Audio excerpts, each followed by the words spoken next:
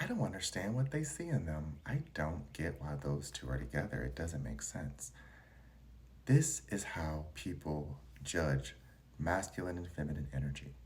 And I need people to remember that there are two sets of energies working together at all times to then become what we call one. I still say two halves that are interchangeably intertwining with each other, but for the most part, yes, we come as one when we come together in dating. So this is where I say it's important to know that you have to know how you balance your masculine and feminine energy in order to call in the type of partners that you truly desire. Welcome back to Along This Spiritual Journey. So now that masculine and feminine energy has been popularized, because this is something that I've been talking about for years now, because as a gay man, people always try to put me in a box.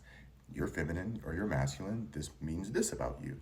And I had to learn a long time ago that I am, sorry girlies, but I'm a boy gay. I like hanging out with the bros. I like talking about random stupid stuff that doesn't make sense. It doesn't always have to make sense. I just like chilling. But I also can be a girl gay and hang out and just relax and talk about anything that we want to talk about, which is usually more emotionally driven. And I like that because I do emotional intelligence. But for me, when I walk away from this platform, it is really hard to want to keep talking about emotions all the time. So that's more or less why I'm a boy gay. But it doesn't mean that I don't love my girlies. But I had to learn that about myself because I am masculine appearing, but then I'm also kind of androgynous, so I have feminine energy. So when I speak and talk to people, they're like, "Oh my gosh, you understand me?" And it's like, yes, I have a very feminine mind where I think about how to nurture and help and create and be a part of community and source and love, right? That's the feminine energy. So for me, that's what runs me. But then I kept meeting other guys who were in their feminine as well. And yeah, we're masculine on the outside, but we just weren't matching emotionally because we were both always in our emotions. And so this is the same for straight men and straight women. If one is always in the other, then the other is going to have to become both halves of their masculine and be the masculine and the masculine. So this is where you get people who become feminine, feminine, masculine, masculine, and you have that super, super strong, big, buff person, doesn't matter which gender. And then you have this cute little petite feminine person. Those are the extremes of masculine, masculine, and feminine, right? But then there's people in the middle where you'll meet a very feminine woman who are very feminine, a very masculine woman who doesn't care about putting on makeup and stuff. Still takes care of themselves. Beauty is not, because remember, beauty is not femininity. Beauty is still, you can still be very masculine and beautiful. Come on. But what I'm saying is, there's masculine women where like, oh yeah, like you can tell she can bust your ass, she can break your jaw, like it's kind of hot. But that's who they are. But on the inside, they could be also masculine minded where they don't care much about appeasing and nurturing. They like protecting and fighting and beating people up, and that's their thing. And it's all about sex and it's all about now and the very basic give me now. That means they're going to need a partner who's really feminine and dainty and wrist broke and don't want to fight, don't want to protect, just wants to be there and just have something to love on, and they get joy out of love and giving, right? That's the combination of masculine and feminine. And then you have people like me where I like both. I like to nurture and protect. And so then it becomes a search for energies that are like me where they can nurture and protect, which isn't easy because it's always going to be interchangeable. It's never going to be the same throughout your life.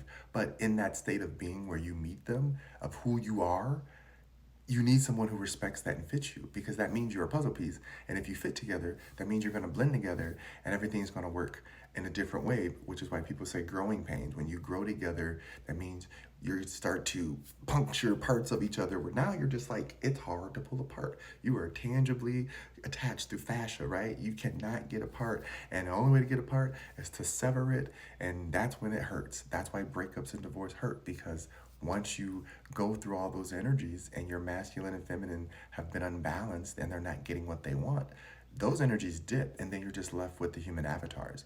That's when people say, how do you go from loving someone to hating them?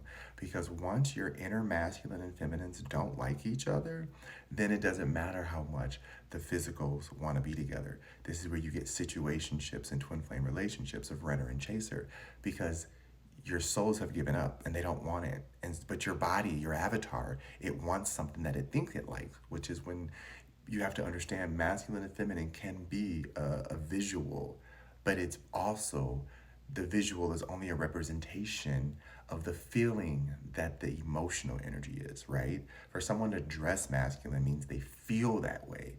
That's how they feel. That's just clothes that represents energy. Same way for feminine. If they feel that way, let them wear it. It's how they feel. It's just a representation because we have dictated what feminine and masculine is through clothing and colors.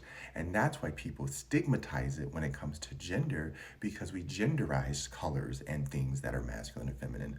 And it's stopping us from finding compatible partners because we're so focused on a thing we think we want, but we really don't know the true interpretation of it. Again, I knew my parents right away because they were the first example of how to trick the brain. My father, or my who was with my mother, very masculine, very muscle and man and sports and this, you better do this, woman. And, they giggle and laugh and it was cute. And you would think like, oh, she likes being told what to do. She likes being controlled. No, that was his play with her because he knew he couldn't tell her what to do because she was very feminine, appearing and dainty and long hair and makeup. And she loved that. But she'd be like, dude, try me. Like my mama, like she got that Cardi B mind. Like I'm cute and I like my body and makeup and stuff, but I will work you over if I have to. And so that's what I learned as I got older. Like, oh, my mom masculine, because that's a masculine mind to be like, bro, don't mess with me. And she carried her feminine energy while she did it. So I was like, oh, okay. Because most would have you believe that the woman's supposed to be weak and dainty and stuff. That's the patriarch. That's distorted patriarch, right? That's distortion to make you think that because this thing looks a certain way, it is that. And I was like, no, because when you're flexible enough that maybe I might look flimsy, but that means I'm agile and I can move around a lot faster than this stiff thing trying to move. So this is why I say learning the energies. When you know how those energies work within you, then the energies on the outside of you will then hopefully work together. So I always say, remember, you got to know that when you walk into a relationship, I'm me plus me. So I'm my masculine plus my feminine. And then I'm going to meet someone else's masculine and feminine. And in the beginning, you don't know who's who. That's all dating is. You're trying to figure out who's what and what they're about. And so that initial meeting is always going to be like, I'm going to bring my masculine because that's who protects me. So you're going to ask questions. You're going to be stern. You're going to get to the point. And if the person in front of you, their masculine isn't strong enough to see that, they will crumble and they're going to become a little boy like, ooh, they're mean. They're not giving me what I want. But a masculine who's done their work, no matter what, they'll be like, I see them. I got you. Because I'm soft on the inside, but hard on the outside. Okay, they gonna be hard on the outside, but they soft on the inside too. So I'm gonna make space for them because I know that I can handle what they're given. That's what the energies are for.